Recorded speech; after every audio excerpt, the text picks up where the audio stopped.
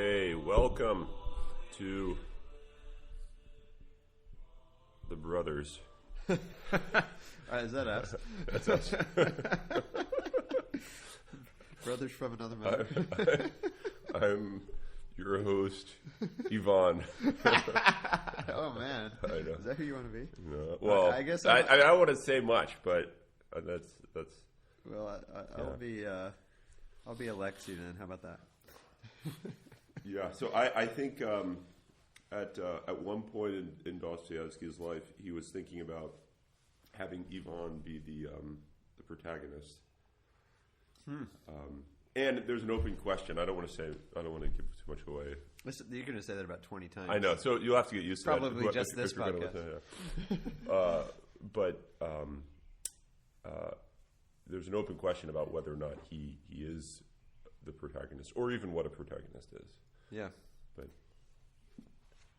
very interesting. Yeah. I mean, so here's what I think. Here's how I think we need to start this thing. Let's talk a little bit about Dostoyevsky, why we're interested in him. Let's talk about this book and why we're interested in it. And I'd like to talk a little bit about the front matter, actually, of the text that's included here, which is surprisingly brief. yeah, there's a lot of pages of this book. Let's not add more by huge preface. I think that was the idea. So maybe we should start with Dostoyevsky himself. I don't know what got me interested in. I've always been in love with Russian literature, which tells me that I need to take Dr. Nick's class someday on Russian literature, because I've heard it's amazing. Helen Cook specifically said it was transformative for her. But he has always been just a very interesting writer to me, and I think I really got deeply interested in him, though, just a couple of years ago, reading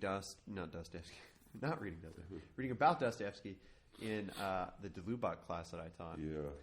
Because his drama of atheist humanism, which is all about these modern philosophers, about communism, about the transformation of the world into the modern world, and how sort of differently man sees himself. But then his third section is on. It's entitled Dostoyevsky the Prophet, which I was ever since I saw that I've been very intrigued in reading Dostoyevsky, because Delubak in some sense sees him as the answer to the modern problem, and yet at the same time, in the midst of that section of Delubak's drama of atheist humanism is all about Dostoyevsky in comparison and contrast with Nietzsche, Right. which is just, I think, an amazing look at sort of the situation that we find ourselves in the West today. Yeah, and for me, I haven't read a ton of Dostoyevsky, although I've read this particular book a ton of times. So it's kind of odd. I've read a bunch of short stories, a few of his novels. A lot of them I don't remember very well. I think you read something when you're younger and you don't quite understand the meaning. You might get the broad narrative, but you don't quite get the meaning. It's almost like scripture, maybe. Yeah.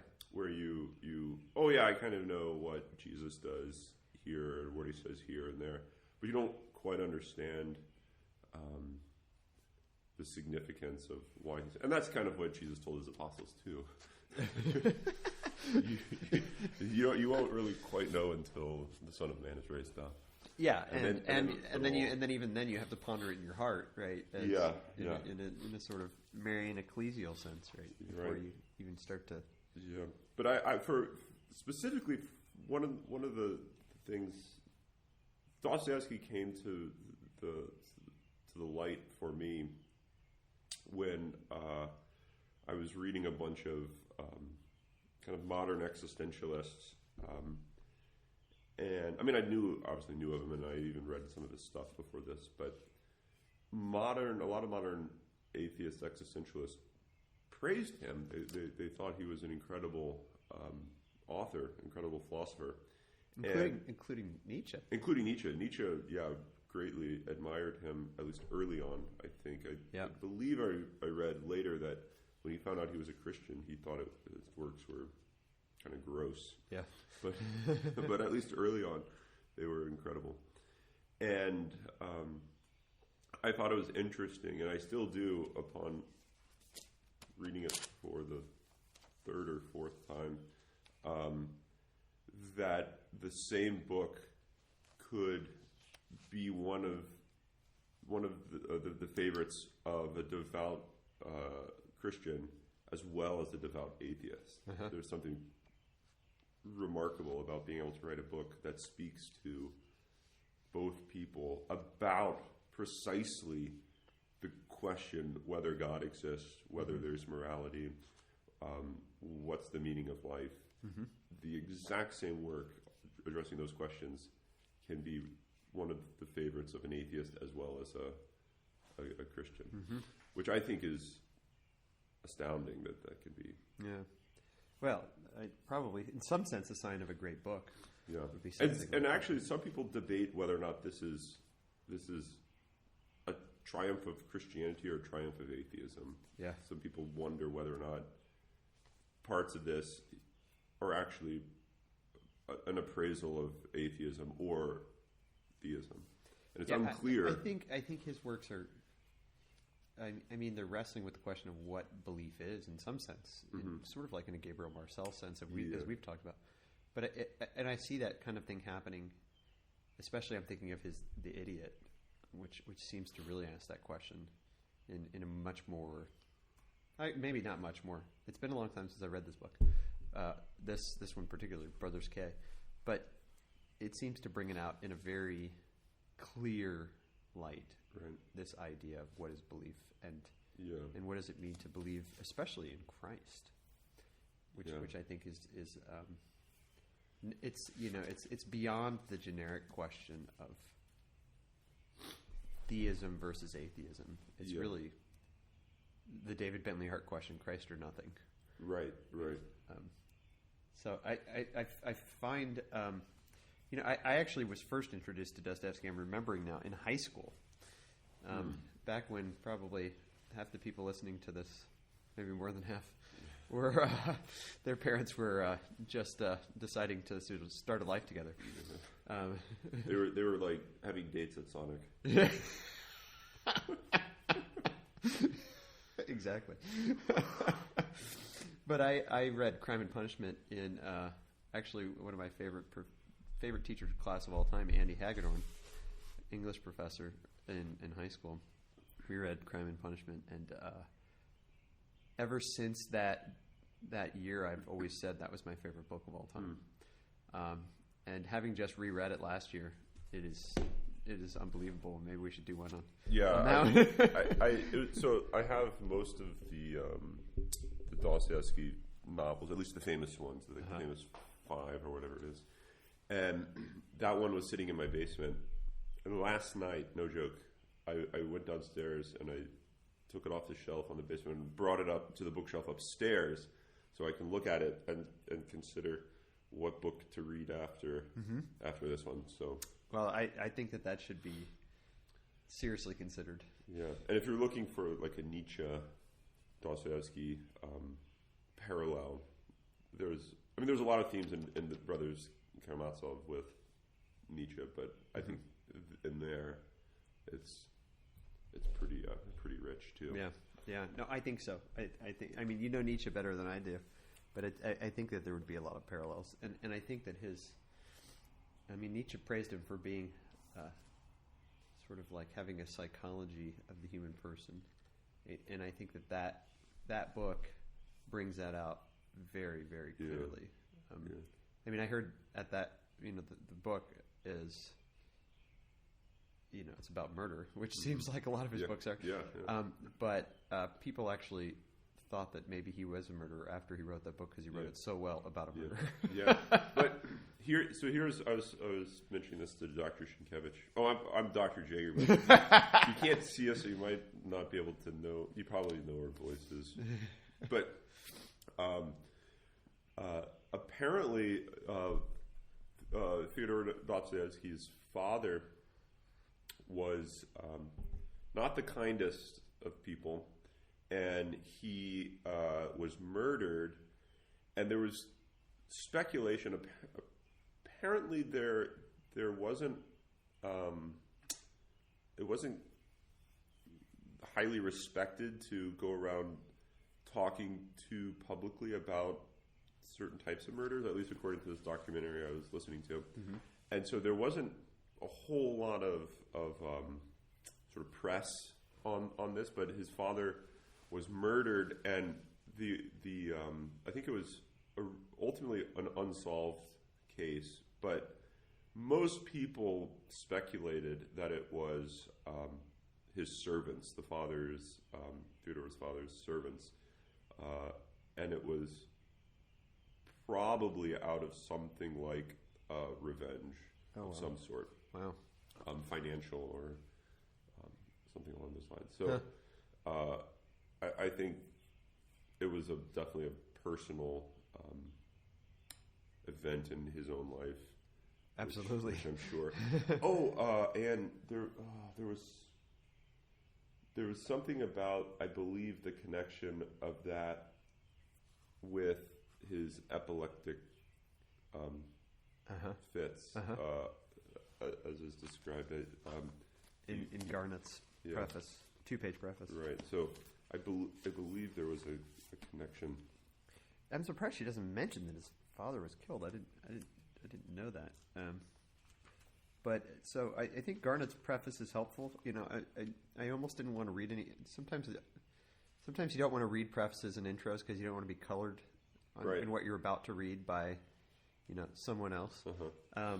But I read the first sentence. A few words about Dostoevsky himself may help the English reader to understand his work, and I thought that's probably true.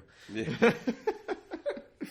And I knew something, but I'd never seen it in sort of a systematic format like this, even though it's only 2 pages. Right. But I thought it was very helpful as I was, knowing some of his books already and some of his short stories, and reading about, first of all, his little group of young men who read Fourier and Proudhon, Proudhon, or however you pronounce that. Yeah. De Lubac has a book on him, which makes me again interested in that.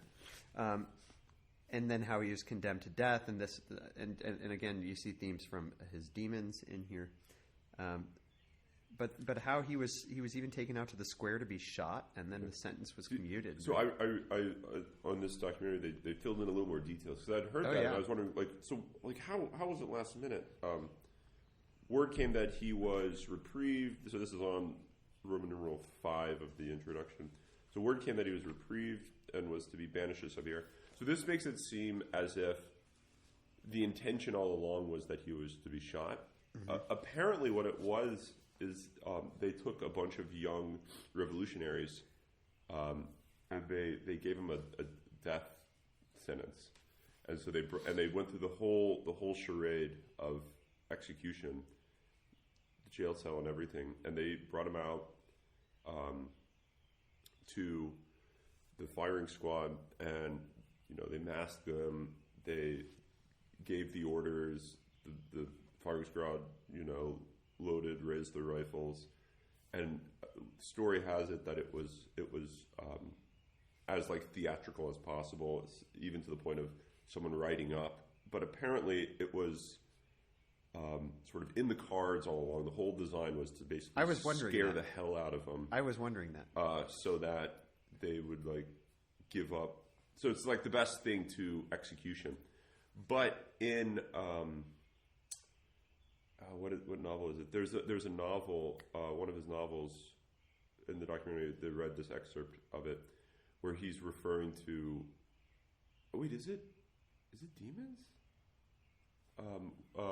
Where he is one of the main character's friends is talking about how he was almost executed, but he goes through this 2-page long summary of what was happening to this one character. But you can kind of read in the lines.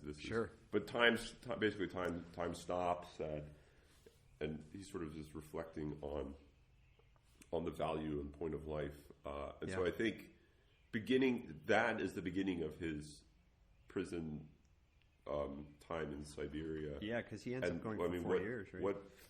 It's tragic, but what better way to ask the most important questions in life than to basically stand before the end of it? The footbridge of life and death there. Yeah, and so, I thought that Garnett's preface here, where she says, the intense suffering of this experience left a lasting stamp on his mind.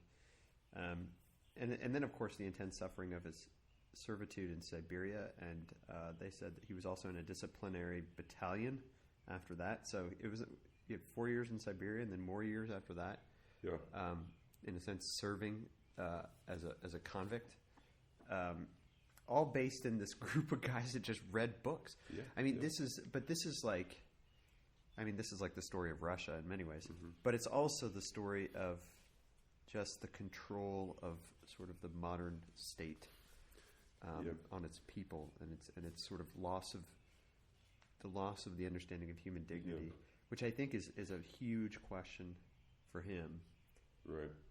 On this idea of what does it mean to be human in the midst of human sort of degradation, a human caused degradation. Yeah, and what does it mean to have a belief in, say, the end of human life or the good, the human good? It's not something that perhaps you can say, I'm going to relegate that to my own, private quarters, and then when I go in public, I'm going to renounce that, right? At least publicly. And so I think what you get coming out in a lot of this is the distinction between the private life and the public life maybe isn't as sharp as is a lot of people want to make out. Yeah, and this is actually an interesting theme in a lot of the philosophy and theology that we've been talking about lately. Almost asking the question if there is such a distinction. Right. Yeah. And I think it's an important one. So that's kind of. Then he ends up being an epileptic, right? Which comes up really again. There's the idiot here, right? That's really prevalent there. He starts these journals and he's censored by the government again. And I love how she says he was forced to write at heartbreaking speed for the sake of just like living. So it's amazing that he is this influential for someone who had to sit down and never correct his work, as Garnett puts it, but just give it to the publishers so that he can have money. And of course, he was a gambler too, so he had gambling debts, which he had to pay off. And it's amazing that he came. I wonder what would have happened if somebody just took him under their wing and said, "I'll pay for you. Just write well." What would he have written then? Or maybe it wouldn't have been as good. Who knows? Yeah, this is in Alexander Solzhenitsyn's Gulag, where he says, "Bless you, prison, for it was from you that I was like nursed in basically hardship, so that that beauty became like apparent." And so there's something about tragedy that perhaps enriches the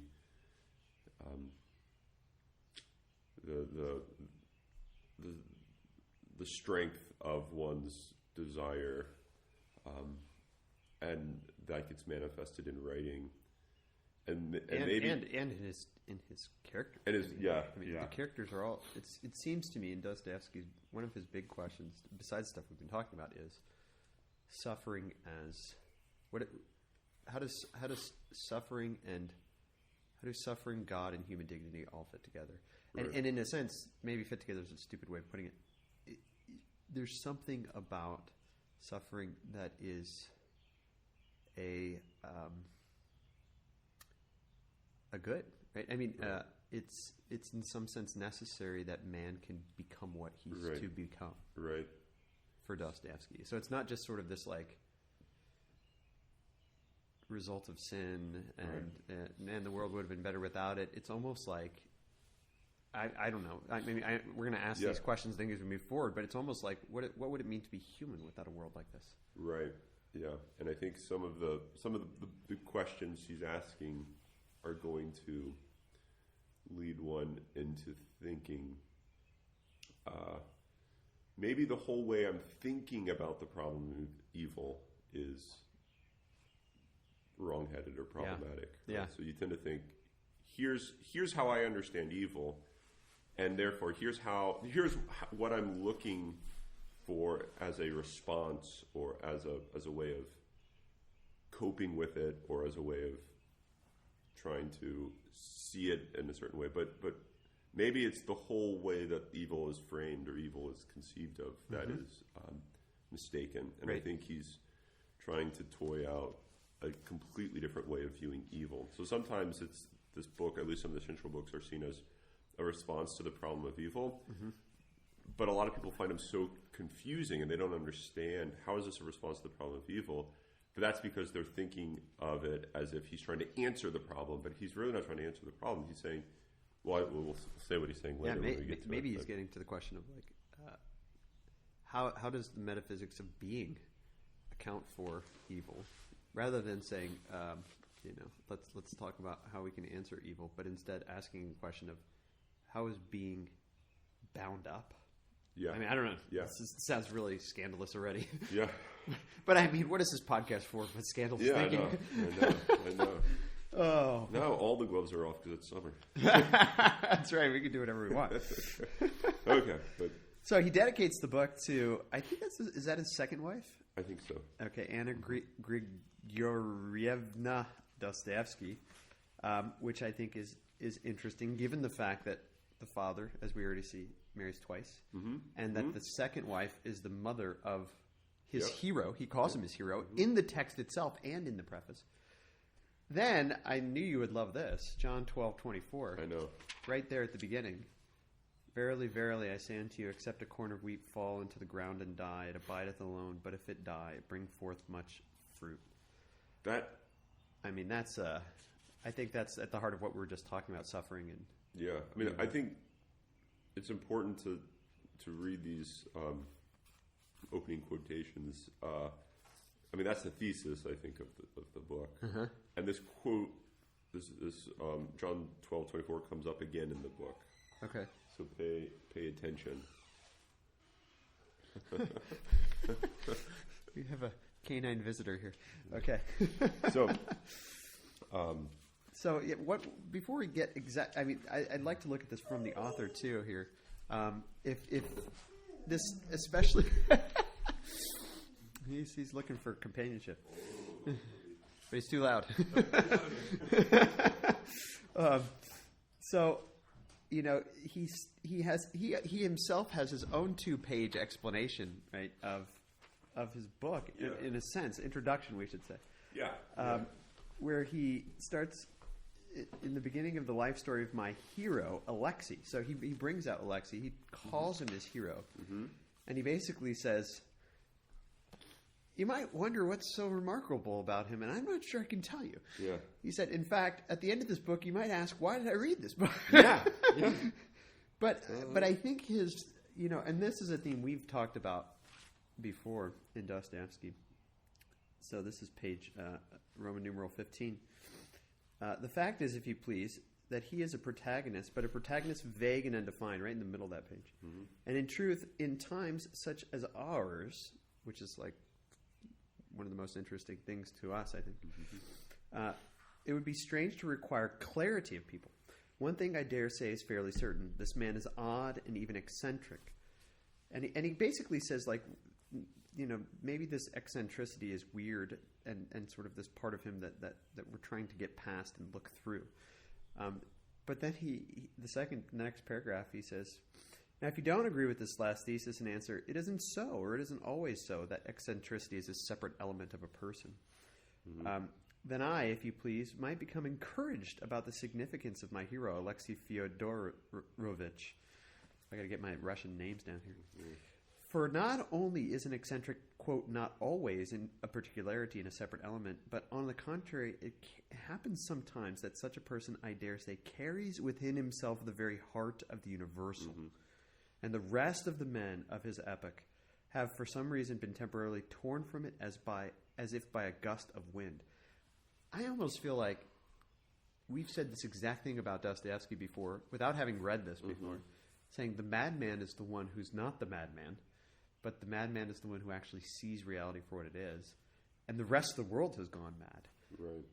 And I think that that quote, he carries within himself the very heart of the universal, is the definition of beauty. Yeah. Right? And when I read that, I was like, this paragraph right here, holy moly, this already has like the heart of the thesis of the Dostoevskian project, I think.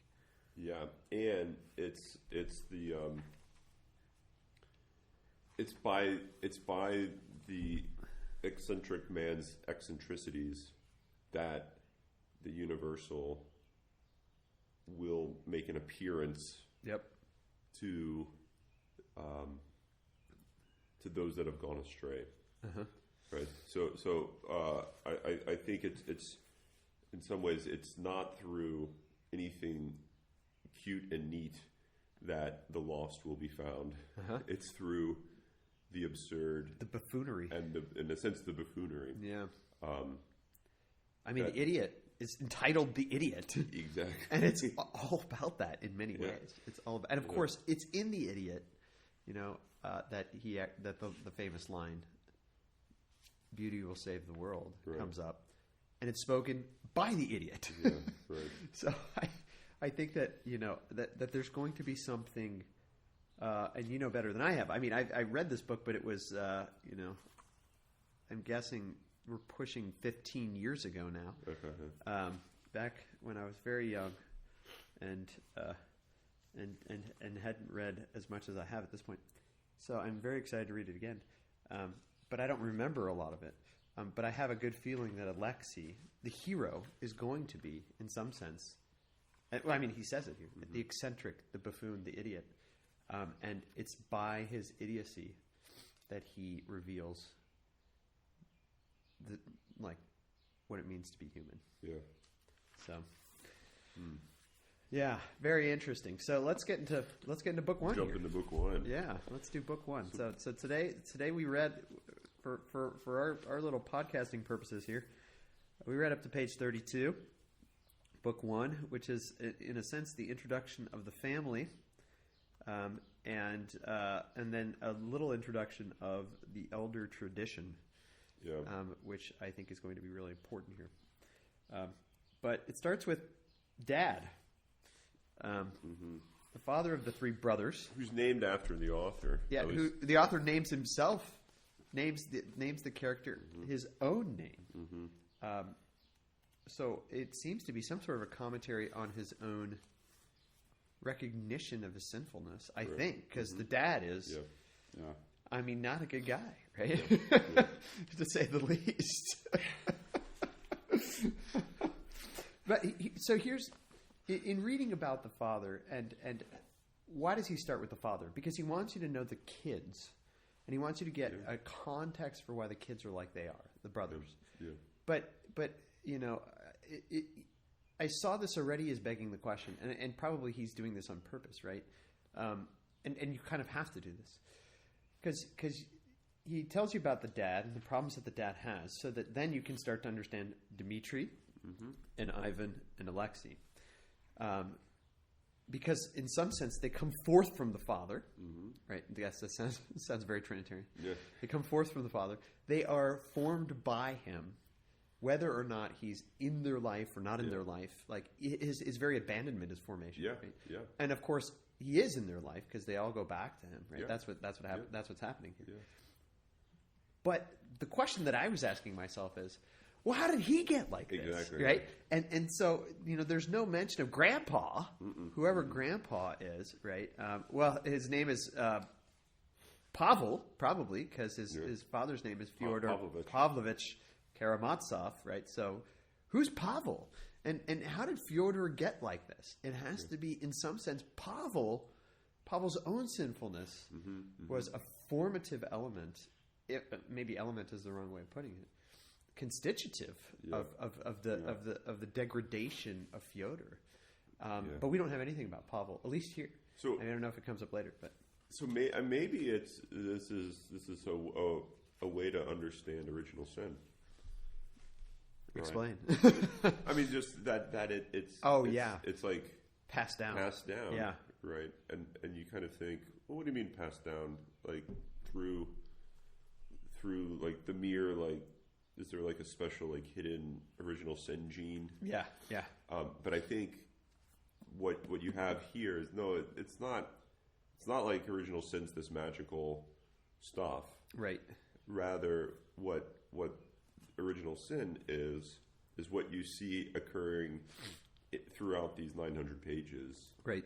Right. And then it's only through grace that one can live in a way that runs against their upbringing. Mm-hmm. Mm-hmm. And in a sense, everyone is conceived and educated by sinners. Yeah. I mean, and so there's really this, and the interesting thing about this is I didn't think about it this way until we were just talking about this, which is why we have these conversations. But if we take into account this sort of Trinitarian ontology of personhood, mm-hmm. and this sort of perichoretic constitutive understanding of the person as being made up and abiding in others, then original sin doesn't become this magic gene that my individual self now has, but instead my own constitution by those around me is itself going to be a degraded one because they're degraded. Right. Right. I mean, I love my dad and mom. Right? I feel like I'm dissing them now, but I'm like, this is just what it means to be living in a fallen world, mm-hmm. and therefore, of course, I'm going to be messed up because they're messed up. But of course, they're going to be messed up because their parents are messed up, and it's in a sense.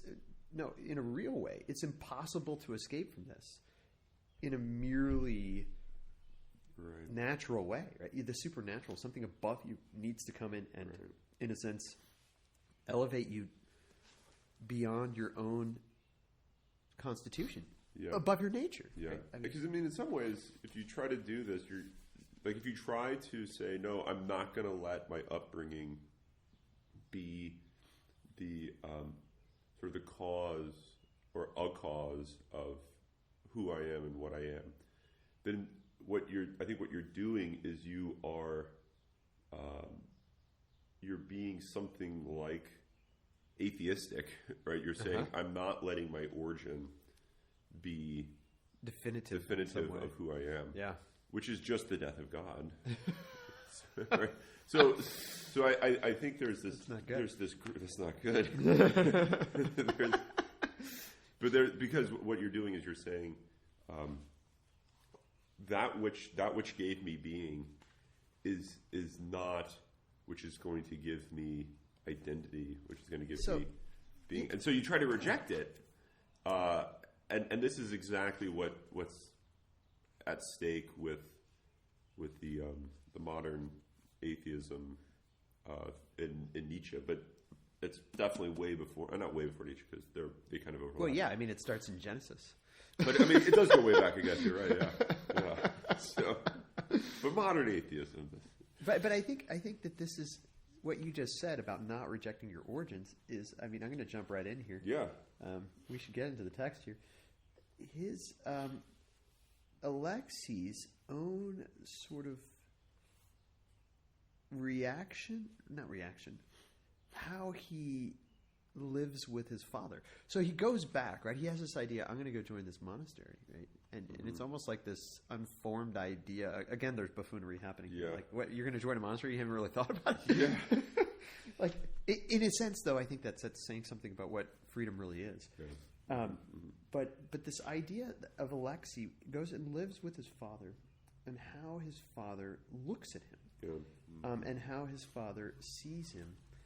He says, this is page 18. Well, first of all, I mean, the explanation of Alexei is already something very interesting about.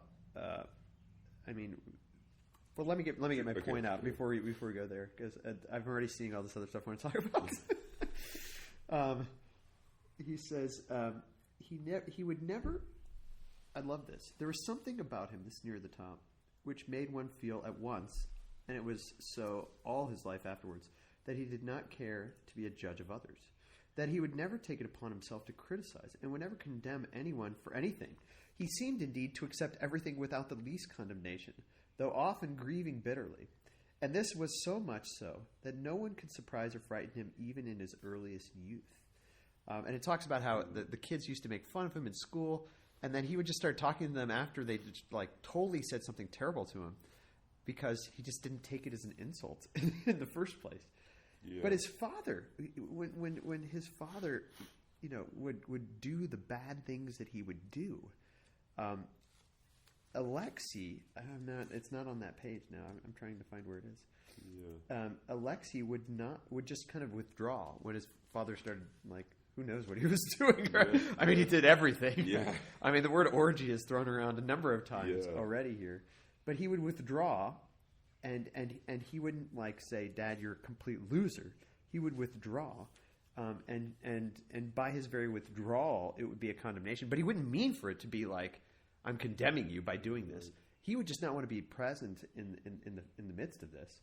But his father loved him, and there's this weird explanation of his father, who at first thought that he was like a weirdo, which he is, right? But then loves him very much. It is on page 18. He does not say much. This is the same paragraph I was reading. He used to say, "and thinks the more." But soon, within a fortnight indeed, he took to embracing him and kissing him terribly often, with drunken tears, with sottish sentimentality. Yet he evidently felt a real and deep affection for him, such as he had never been capable of feeling for anyone before. I mean, already, the very presence of him is in some sense transformative of his father. Though not, right? Because his father doesn't stop being the loser that he is. Right. But there's this glimpse of his true dignity in the midst of his drunken orgies, which happens just by Alexei being there and being the way that he is. Not by Alexei giving him speeches about what it means to live. Is it in here? Or maybe it's a little bit later, but Fyodor says, You're the only one who hasn't judged me. All he feels when he's with Alyosha is love and compassion. And I'm not sure if that was in. I feel like I read that. I think that might be in this section. But they kind of, in introducing the characters, they kind of jump around a little bit, so it might actually be. In might. But I found that his just his person is kind of amazing. I mean, I know I'm already jumping past the other people to the protagonist and the hero, but his way of being. He says on page 17, he was an early lover of humanity. He was simply an early lover of humanity, right? And that his movement into monasticism was not like this, I'm going to go serve Jesus in this radical way. Although, of course, monasticism just is that already. Right. But it had something to do with just his love of the human person. So that moved him there. Top of page 20, I think part of what's going on here, at least for me, is he knows a different value. There's a different value of things that he has, and the passage at the top of 20, I think, brings this out. Let's see where to begin. Alyosha was one of those youths, almost of the type of religious enthusiasts, who, if they were suddenly to come into possession of a large fortune, would not hesitate to give it away for the asking, either for good works or perhaps to a clever rogue. In general, he seems scarcely to know the value of money, not, of course, in a literal sense. When he was given pocket money, which he never asked for, he was either terribly careless of it so that it was gone in a moment, or he kept it for weeks together, not knowing what to do with it. Right? So I think one way to think about what money is it's like, you know, incarnate power in a certain way of thinking of it. And he either didn't want it, didn't know what to do with it. It sort of didn't have a value for him, and it occupied little on his. It occupied a little role in his desires. So I think you're getting this picture of this guy who is thinking differently about the world, right? And then the question is, why is he thinking this way about the world? Yeah, and it's because of his upbringing. And you think, but his father was a buffoon. His father, no one not in the good way. No, not in the good way, buffoon, but just not an idiot in the good way, but a loser. A loser, yeah. Right. And so, like, how could someone like that give rise to someone like Alyosha? Yeah. And I think it's because of the other part of his upbringing, which his mother. Yeah. And I think this is super important. A little side note: Plato. Of course, Plato's coming up on the first. The first. Well, we knew that was going to happen. But in the symposia, there's a discussion about love. I mean, the whole thing is a discussion about love. But there's a little story given about love is the child of these two gods. One's the god of fullness, and the other's the god of emptiness. One's like this, like, sort of individual who's sort of completely reckless and drunk, and the other's kind of the like the exact opposite. And they happen to have a child. And the child is love. Yeah.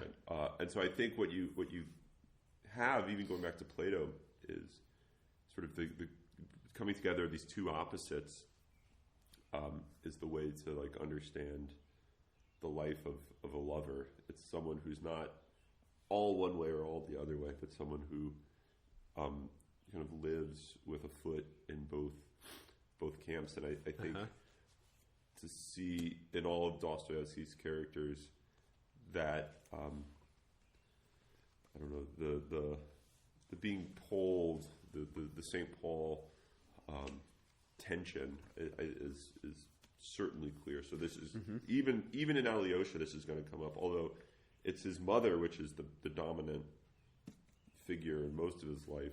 Even though she dies when he's like 4 or 5. Yeah, 4, I think. Yeah. And but at many points, pay attention to the times when people say, the characters, the brothers say, "I am a Karamazov," right? They constantly are talking about how they too are a Karamazov. You too, Alyosha, are a Karamazov. It comes up many times. So I think it's important to note. But you get, on the one hand, Fyodor, and on the other hand, is Adelaida? Is that the second mother? Second wife. No, the second wife is Sofia Ivanovna. Okay. Adelaida is the first one. And so I mean, I know you want to go to page 17. you go wherever. But before we do that, I think we should say something about her and who she is, right? So she's brought up in chapter 3 and page 11. Should we? Because we'll get there if we track Fyodor. Yeah. So should we quickly run through Fyodor? Yeah. And the death of his first wife. Yeah. And then so look at page, the very first page, which on this is 5. So it's like the first paragraph. He was Fyodor, that is, was he was one of those senseless persons who are very well capable of looking after their worldly affairs and apparently after nothing else. So in some ways, he's the exact opposite of Alyosha. Yeah. Yeah. Like, all this guy thinks about is money, yeah, his estate, right? And I think it's important to keep that contrast in mind. But you get this depiction. He's just a kind of a moron. Marries Adelaida Ivanovna for her beauty. It says on page 6, it was her beauty. And she was rich. And she was rich. That helped too. But of course, he's such a loser that the parents would never agree to him marrying. Right. This happens twice, in Yeah. both marriages. Yeah. So what does he do? And a rich family says no, and then also a poor family says no. Of course, he's not going to impress the rich family, but the poor family, even deny him. The orphan girl, right? Yeah, you can get rid of the orphan girl. Whose foster parents were trying to, or I guess adopted. I forget exactly how they were related, but almost like tried to kill her, or she tried to kill herself, or So because of this, right? It's not like they had a really great relationship. But they were like, I can't. There's no way in hell you're going with Fyodor to that guy, right? To that loser. So he elopes with both of them, right? But really, it's his sensuality that moves him to do this, right? And in a weird way, I'm already jumping to the second wife, but in a weird way, how he says it was her innocence that, as he says at the top of page 12, what allured him was the remarkable beauty of the innocent girl, above all her innocent appearance. Yeah. And he says those innocent eyes slit my soul up like a razor. Yeah. There's something twisted about this. I mean, he is like the antithesis of innocence, and he just wants to ravage innocence. He wants to possess it. And possess it, and in a sense, destroy it by his own guilt. And this is book 2. We're getting there. No, not this podcast. I'm not going to say. I'm not going to say that, but keep that thought in mind. But he marries Adelaida, and of course she is not happy from the get-go with this. Yeah, because he starts the drunken orgies. Yeah, in the house. His marriage is always just it has nothing to do with any sort of faithfulness whatsoever. It's just this is the person that I go to when we talk about. I don't know. I don't know what it is. Yeah. But it doesn't stop whatsoever drunken orgies. No. Yeah, and I mean it's important to keep in mind this is not the 1960s. This is going back to 1860. 1860s, probably. Yeah. I mean, it came out I think in the 1880s, but he was, I'm sure, working on, and this was culture at the time, right? So but the first wife runs away with a divinity student. Yeah, it's very important to keep in mind that ditches her son. So family life, complete disarray. The church. I mean, you're already on the third page. You see the church and those that are basically studying church matters. Yeah. Complete jokes. Yeah. Important to see the just the downfall of anything like social institutions making or preserving the goodness of the true, the good, and the beautiful. Right. And you kind of think we need to hold on to these institutions. That's what's going to save Christianity is preserving the state-sanctioned marriage between and what's going to preserve the genuineness of Christianity is, and you go through a list of these, and I think what Dostoyevsky is saying is these are they're meaningless without people that are actually being this. Even and this is we're going to have Brother Angelus and Brother Levin joining us. They're going to be reading. Got a lot to do this morning. Your alarm keeps going. But they're going to be joining us, reading along. Yeah.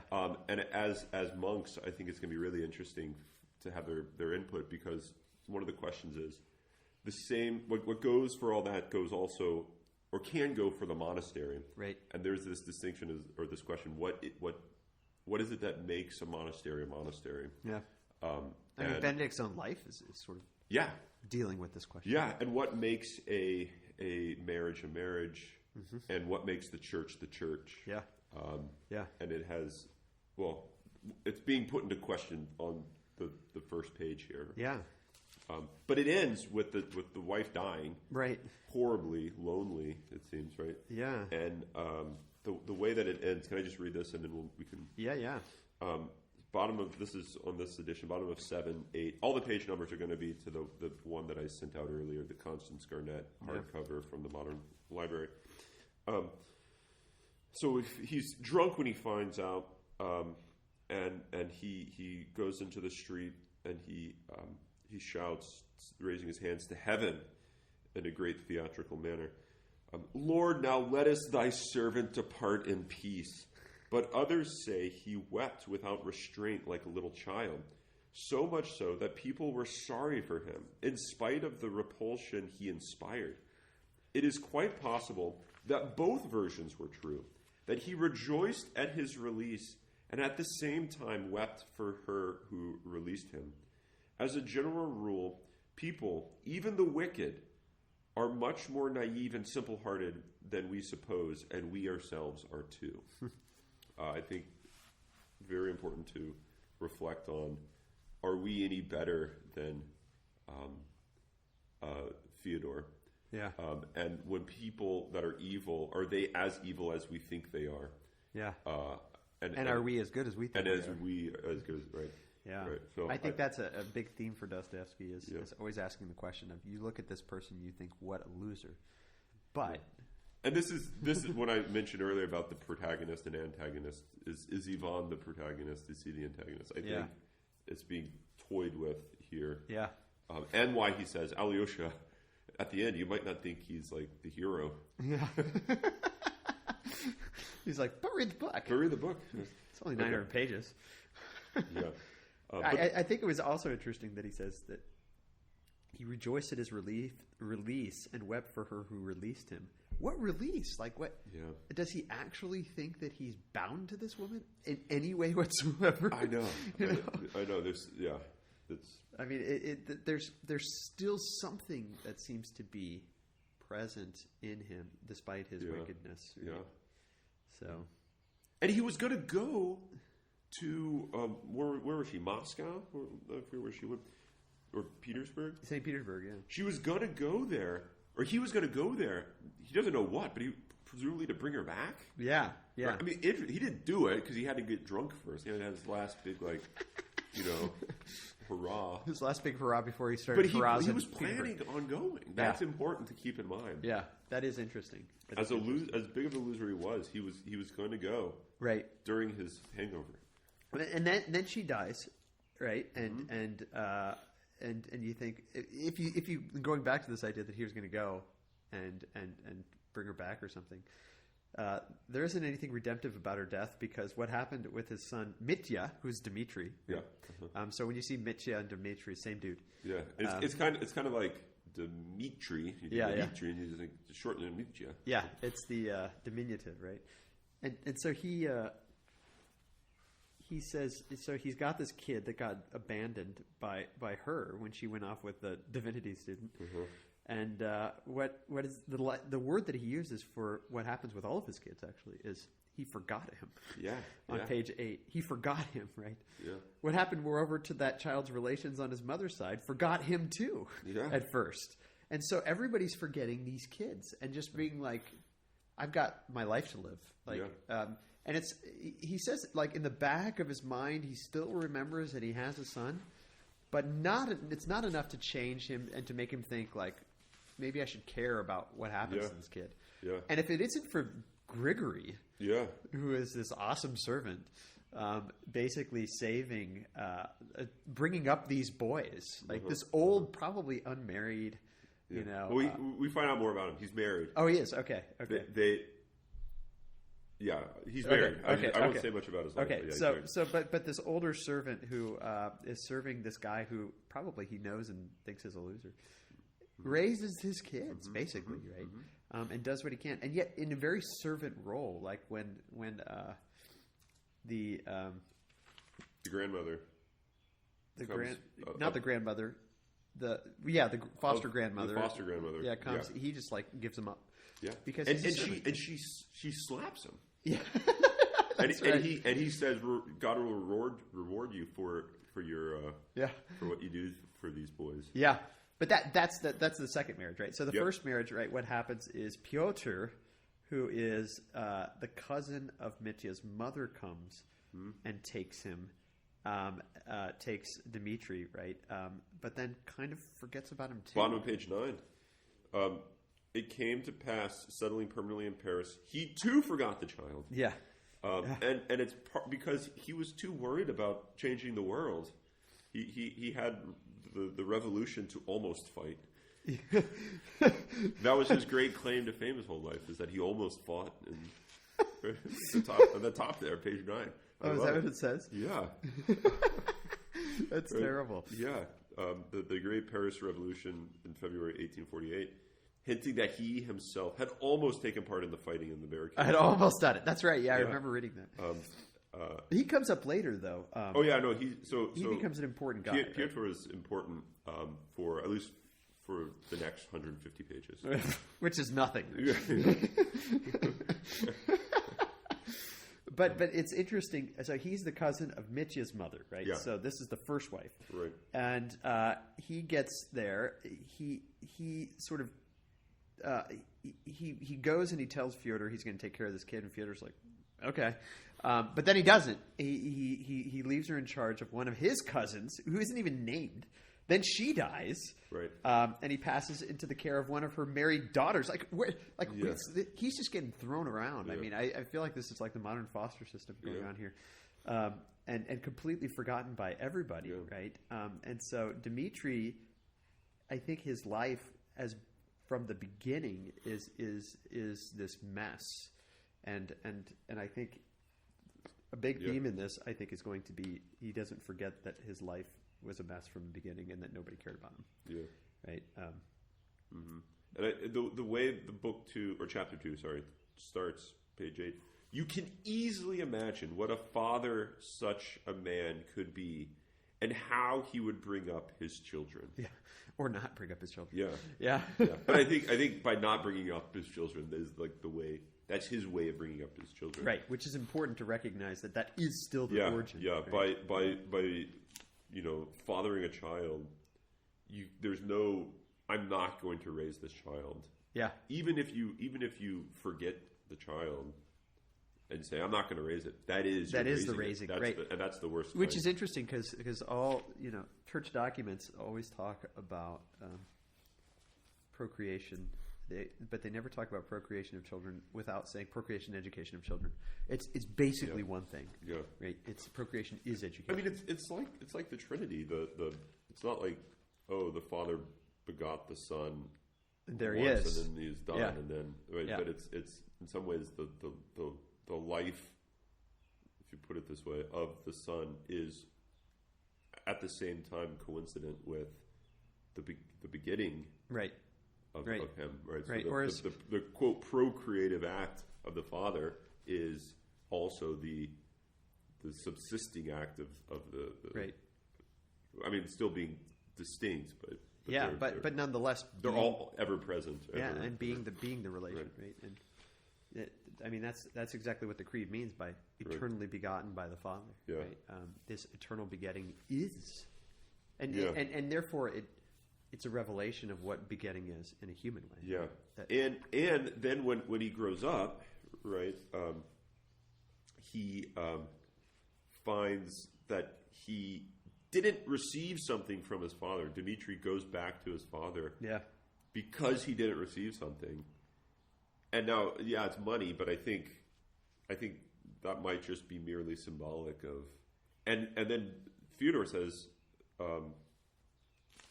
Basically, I don't have anything to give you, or I gave it all to you. Get the hell out of here. Yeah. And yet Dmitri still feels that he's been wronged, and in a sense he has been. So I think this is the relation of the father to the son here is deliberate, in like both at the level of humans, but I think it's also this broader question about the relation of the creator to the creature, or the father to the son. Yeah, I wasn't thinking about that at that point, but it's very interesting. And Fyodor himself says, basically, you have a vague and exaggerated idea of your property. Yeah. But there's this implication that Dostoyevsky's giving here that he's purposely acting that way so that he can keep it. Right. Yeah. Uh-huh. Right. So it's not just that like he came back and he was like, you didn't give me something, but like, no, he really didn't give him something. Yeah. Right. Yeah. but that he's sort of obfuscating the whole thing so that he can keep it.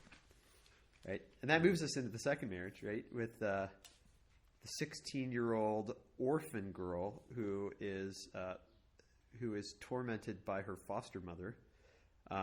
And real yeah. Top of 11. I won't comment on this, but I'll just mention it.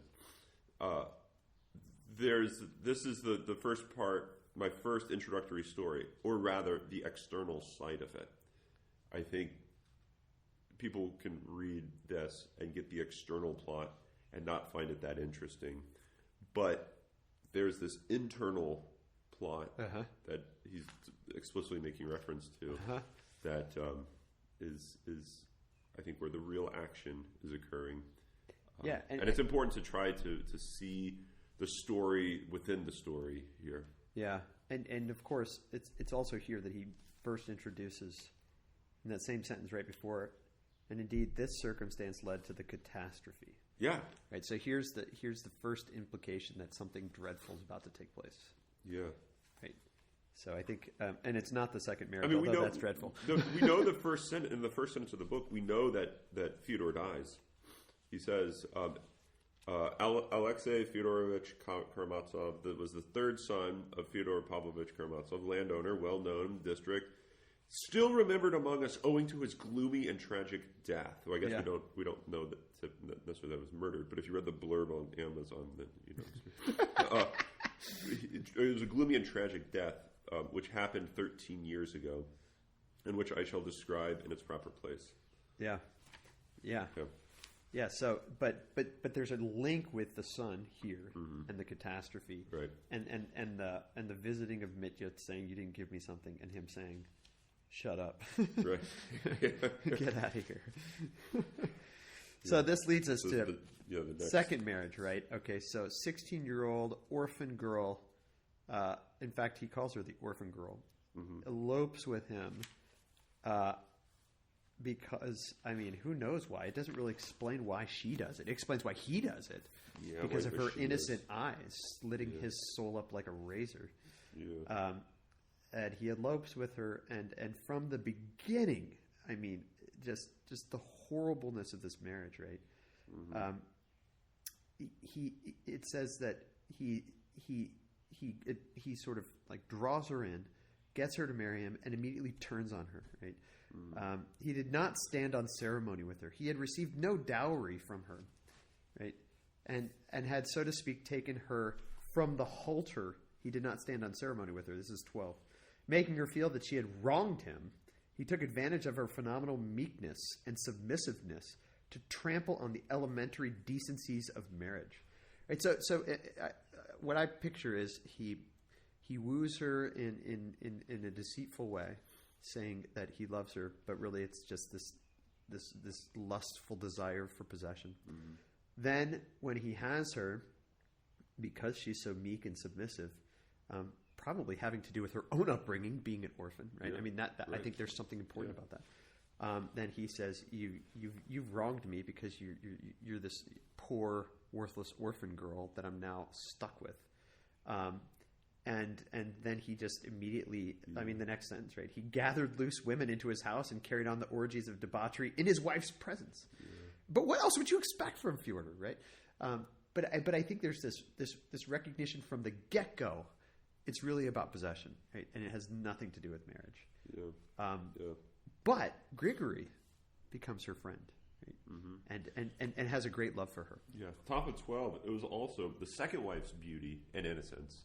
He mentions beauty there too. What allured him was the remarkable beauty, but not beauty in the depth. No, right? Because he can't see that. Although there's hope, right? I mean, going back to Alexei, no. Remarkable beauty of the innocent girl.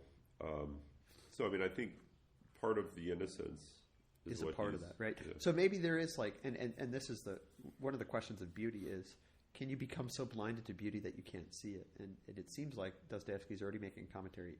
There's always hope. Yeah. There's always some sort of sight of something beyond, right? Yeah. And then bottom of 12, or middle, 2/3 of the way down, talking about Ivan and Alexei. When the mother died, when she died, little Alexei was in his 4th year, and strange as it seems, I know that he remembered his mother all his life, like a dream, of course. At her death, almost exactly the same thing happened to the 2 little boys as to their elder brother, Mitya. They were completely forgotten and abandoned by their father. Yeah. Right. But yet he remembers his mother his whole life. That's right.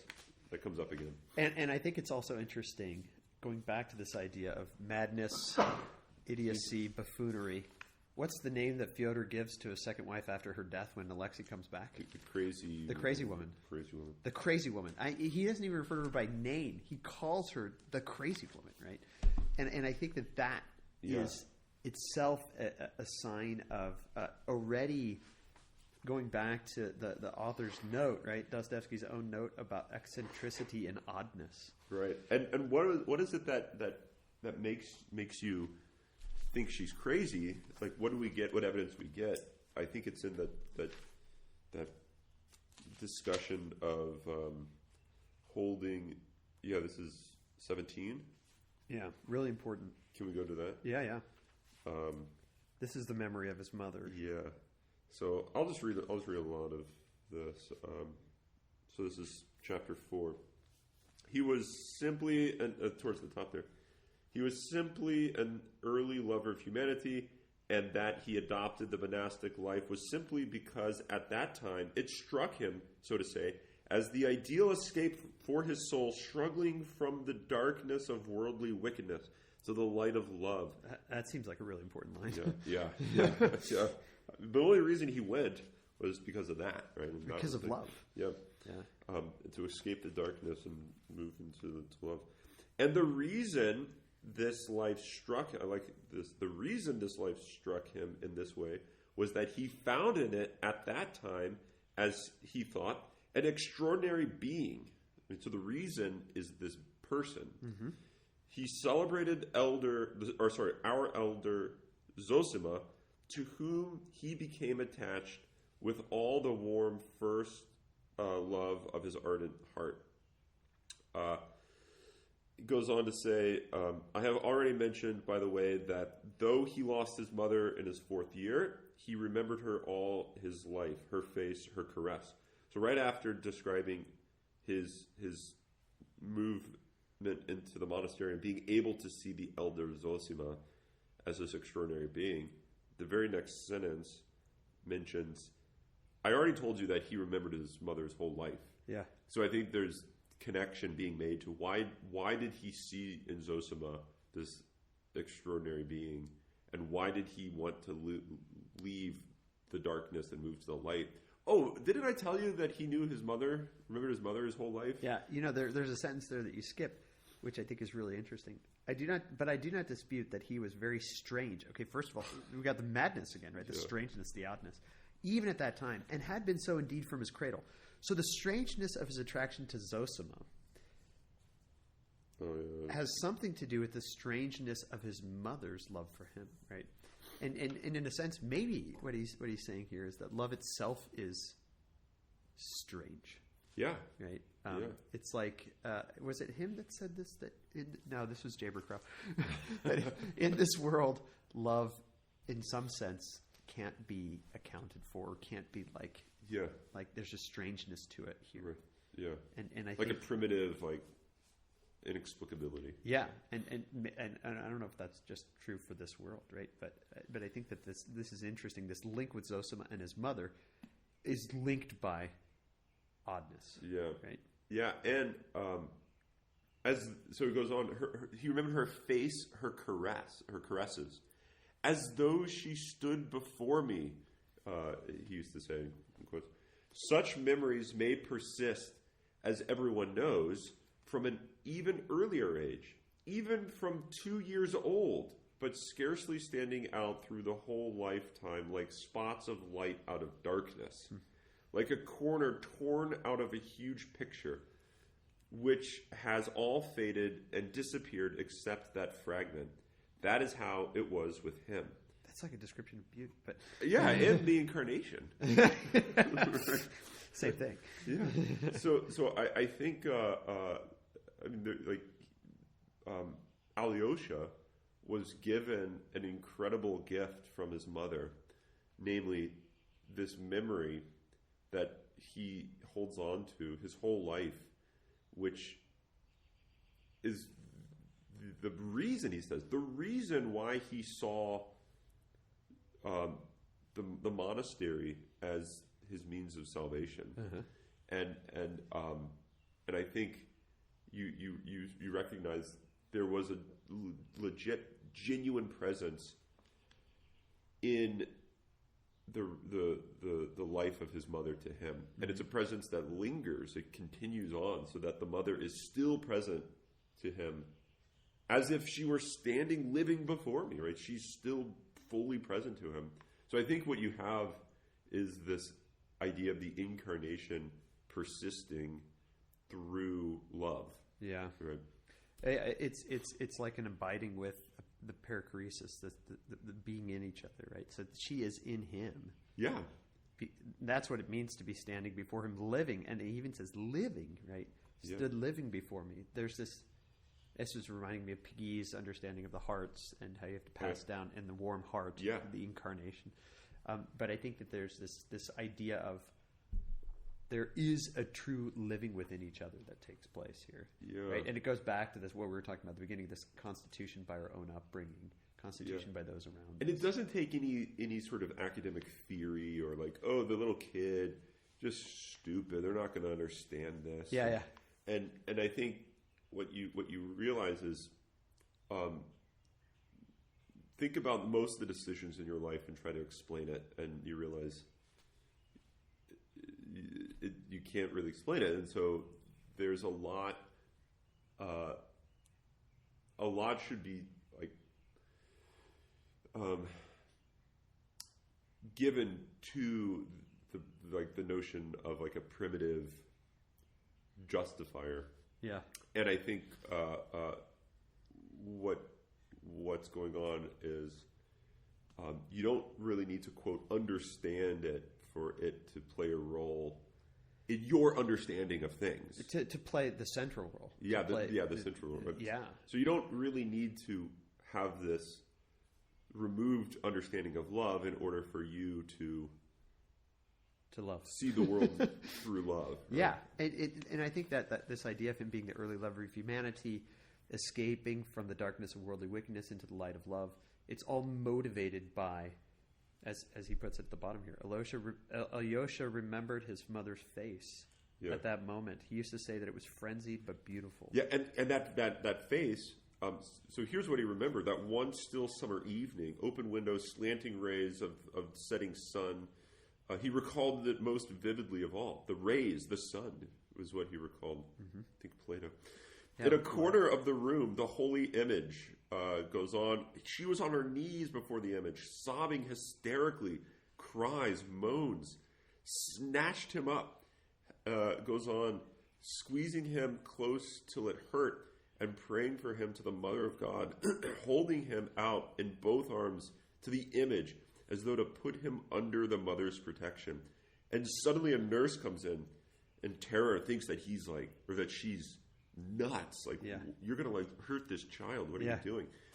That's what he remembers. So he remembers her craziness, her frenzy, her but frenzy, but beautiful. Yeah. Right? And so that combination of madness and beauty that corresponds with, in some real sense, what love is, but also, and here in a very specific sense, what love of God is. Right? That there's this, in a sense, the culmination of the frenzy and the beauty comes to this turning toward him. Yeah. But What's going on? We better end this thing. What's going on? I mean, there's so much we could talk about here, and we can bring some of this stuff up later on. But we don't want to lose people in the first one by having too long of a podcast. I know. So should we say something? Here's an option. We can end it, and then we can start something else just on the elders. Yeah, let's do that because we have to talk about the elders and the realism. Okay, of miracles. let's pick it up. So we'll end here, and we'll talk about elders and book 2 at our next podcast. Yeah, or at least the first 4 chapters of book 2. Okay, sounds good. End it with some Russian chant here. Some Russian. Some more. This is what Sophia Ivanovna was thinking as she was holding Alexei up to the Mother of God. This is entitled "O Gladsome Light."